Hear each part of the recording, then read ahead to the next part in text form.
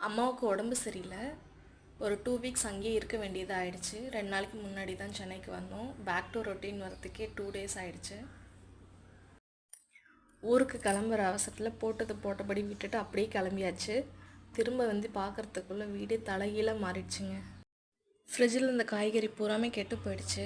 So எல்லாத்தையும் எடுத்துகிட்டு ஃப்ரிட்ஜையும் clean பண்ணிட்டேன். ஹஸ்பண்ட் நைட் ஆஃபீஸ்லேருந்து வரும்போதே காய்கறி வாங்கிட்டு வந்துட்டார். காலையில் எழுந்ததும் வேலையாக ஃப்ரிட்ஜை ரீஸ்டோர் பண்ணிட்டேன். இந்த வேலையெல்லாம் பார்க்கும் சமைக்க ரொம்ப லேட் ஆகிடுச்சு. அதனால் சிம்பிளாக கத்திரிக்காய் பொரியலும் பருப்பு குழம்பும் தான் பண்ணியிருந்தேன். எப்போ அம்மா வீட்டுக்கு போயிட்டு வந்தாலும் சரி, கண்டிப்பாக 2 கட்டைப்பை நிறைய பொருள் இல்லாமல் அனுப்பவே மாட்டாங்க.